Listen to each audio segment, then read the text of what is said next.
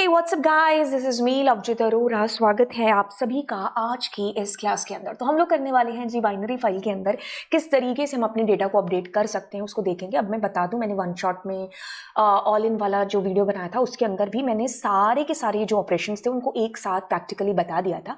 इस वीडियो के अंदर मैं आपको इनका एक्सप्लेनेशन है जो बताने वाली हूँ बड़े अच्छे ढंग से।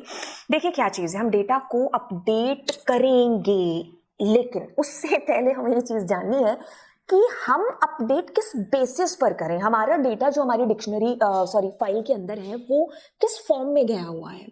क्या वो लिस्ट की फॉर्म के अंदर है, क्या वो एक नेस्टेड लिस्ट में मैंने अपने डेटा को डाल रखा है, या फिर मैंने किसी डिक्शनरी में अपने डेटा को डाल रखा है। क्योंकि ये जानना जरूरी है मेरे लिए, क्योंकि मैं उस हिसाब से डेटा को फैच करके लाऊंगी और फिर उस डेटा को अपडेट करूंगी।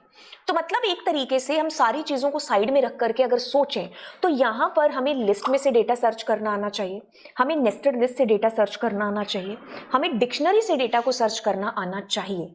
तो अगर हमें ये चीजें आती हैं आम हमारे पाइथन के अंदर, तो यहां पर भी ये सेम ही रोल है जो प्ले हो रहा है, या सेम ही तरीके से हम कोडिंग कर रहे हैं। अच्छा, अब सबसे पहला तरीका जहां पर आपने लिस्ट ऑफ लिस्ट में अपने डेटा को डाला, मतलब हम नेस्टेड लिस्ट की बात कर रहे हैं।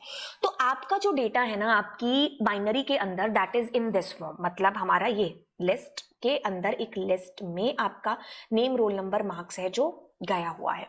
ठीक है, अब हमने क्या कर लिया, इनपुट करा लिया कि भाई किसको मुझे अपडेट करना है। ठीक है, अब हमने क्या किया, लूप चलाया। अब जैसे हम लूप चलाएंगे तो सबसे पहले आई में क्या आएगा, हमारी ये एक लिस्ट आएगी, मतलब ये वाला डेटा आएगा, फिर ये वाला डेटा आएगा, फिर ये वाला डेटा आएगा, फिर आगे एंड सो ऑन चलता जाएगा, क्योंकि this is 0, this is 1, this is 2, this is 3।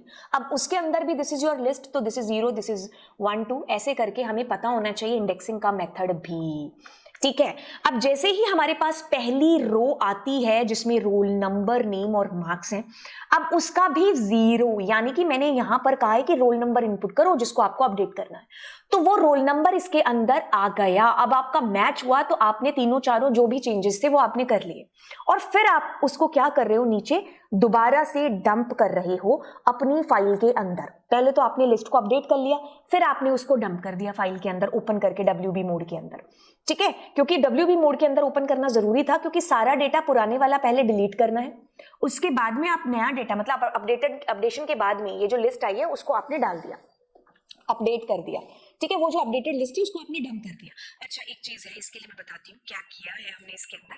जैसे मेरे पास में एक लिस्ट है, ठीक है, उस लिस्ट के अंदर आपके पास में यहाँ पर रोल नंबर है, यहाँ पर नाम है, और यहाँ पर उसके मार्क्स है, यहाँ पर उसका रोल नंबर है, ठीक है, फिर उसका नेम है और फिर उसके मार्क्स है।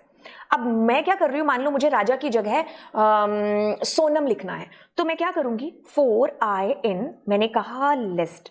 अब क्या आएगा मेरे पास में, प्रिंट कराऊंगी आई को। सबसे पहले राजा और फिर रानी का रिकॉर्ड आ रहा है, तो मैं क्या कहूंगी कि इफ आई का जो 0 है अगर वो आपका 1 है, तो आई का जो 1 है उसको कुछ भी ओपी टोपी सुमन जो भी है जो आप बना दो। अब यहाँ लास्ट में मैं काम करती हूँ, लिस्ट को प्रिंट कराती हूँ, तो आप ये चीज पा रहे हो क्या, देखो क्या चीज इसके अंदर हुई। सबसे पहले ये रो उठ करके आएगी, अब वो रो उठ करके आई, उसका भी 0 क्या 1 से मैच होता है, तो उसके 1 नंबर में चेंज कर दो। तो यही फंडा हम यहाँ पर अप्लाई कर रहे हैं। ठीक है, हमारा डेटा है वो लिस्ट की फॉर्म में, हमारा लिस्ट ऑफ लिस्ट के अंदर गया है, तो अब हम कर रहे हैं कि पहली रो आ जाए, और पहली रो का जो पहला रोल नंबर है क्या वो मैच करता है जिसको अपडेट करना है। तो आपने जो चेंजेस करने थे कर दिए। अब आप फाउंड 0 लिख रहे हो, ये आपको पहले से मैंने बताया सर्च के अंदर भी कि एक ऑपरेशन ऐसा भी आ सकता है जिसको आपने अपडेट करना है, वो बंदा मिला ही नहीं, उसका रिकॉर्ड ही नहीं मिला। तो ऐसे केस में हम फाउंड या F या कुछ भी फ्लैग वगैरह ले लेते हैं। तो यहां तक हम तब पहुंचेंगे जब चेंज होगा।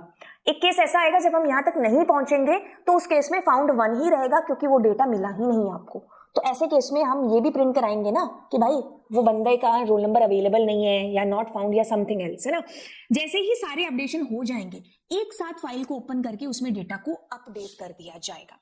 अब दूसरी फॉर्म हमारे पास में आती है, सर्च हम कर चुके हैं, अब आती है अपडेट की। अगला तरीका आता है जब आपका डेटा आपकी फाइल के अंदर लिस्ट की फॉर्म में। ठीक है, तो आपने क्या किया है, सबसे पहले ये वाली रो भेजी, फिर दूसरे वाली रो, फिर तीसरे वाली, मतलब बार बार डंप ऑपरेशन यूज किया है। यहाँ पर नेम है, यहाँ पर मार्क्स है, नेम है और रोल नंबर है। ठीक है, मार्क्स रोल नंबर है, नेम है और मार्क्स है। एक एक करके आपका डेटा डंप हुआ है। तो अब हम पहले तो देख लेंगे कि किसको अपडेट करना है, उसका रोल नंबर बताओ। अब पहली रो आप यहां पर क्या कर रहे हैं, लोड करा रहे हैं। पहली रो आपके पास आएगी ये, उसका 0 क्या आपके पास उसके साथ मैच करता है तो वो सारी चेंजेस कर लो। अब इसमें आपने क्या किया है, एक नेस्टेड लिस्ट बनाते जा रहे हो, ठीक है। जो चेंज हुआ उसकी नेस्टेड लिस्ट बन गई, और अगर चेंज नहीं कर रहे हो तो भी उसकी लिस्ट बन रही है। क्यों बन रही है, क्योंकि एक लिस्ट में डेटा आता जाएगा, ठीक है। अब जैसे ही वो चेंज वाली सिचुएशन आई कि भाई मुझे चेंज करना है, तो उसी सेम लिस्ट में वो चेंज के साथ अपडेट हो जाएगा। क्यों, क्योंकि हम इसको बाद में जाकर के एक ही साथ डंप कर देंगे अपनी फाइल के अंदर, ठीक है। तो ये भी एक तरीका हो सकता है, बेशक आपने लिस्ट ऑफ लिस्ट में डेटा को डाला है, ठीक है। तो आपको ये थोड़ी ना है कि आप लिस्ट ऑफ लिस्ट में डेटा अगर आपने डाला है तो आप अपडेट करने के बाद भी लिस्ट ऑफ लिस्ट में डालेंगे, वो भी एक तरीका है हमारे पास में, लेकिन this is the easiest way. तो चेंजेस आप एक साथ इकट्ठा करते जाओ अपनी फाइल नेस्टेड के अंदर, एक ही साथ आप उसके अंदर डंप कर देना डेटा को। अब मतलब बात यहां पर क्या है कि डेटा किस फॉर्म में गया है, उस फॉर्म में निकालना इस जार दिक्कत। तो निकालने के लिए हमें पता होना चाहिए कि हमारी फाइल में डेटा अगर लिस्ट में गया है तो इंडेक्सिंग कैसे होगी, अगर लिस्ट ऑफ लिस्ट में गया है तो हम लूप कैसे चलाएंगे।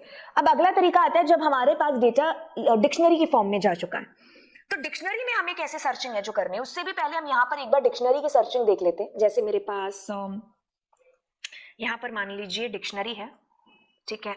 मान लीजिए मैंने 1 लिखा है, 1 नहीं, रोल नंबर लिखा है, ठीक है। तो दिस इज रोल नंबर, ठीक है। फिर उस बंदे का मैंने कहा नाम, ठीक है, और फिर मार्क्स, ठीक है। ऐसे करके हमारे पास काफी सारी लिस्ट के अंदर डेटा जा चुका है हमारी डिक्शनरी की फॉर्म में, एक एक करके हमने डंप कर दिया हमारा डेटा फाइल के अंदर। ओके, अब देखो क्या चीज होगी। अब जैसे ही हमारा डेटा आएगा हमारी उसमें मतलब जैसे ही मैंने डिक्शनरी डिक्लेयर कर दिया, डी के अंदर क्या हमारी डिक्शनरी है।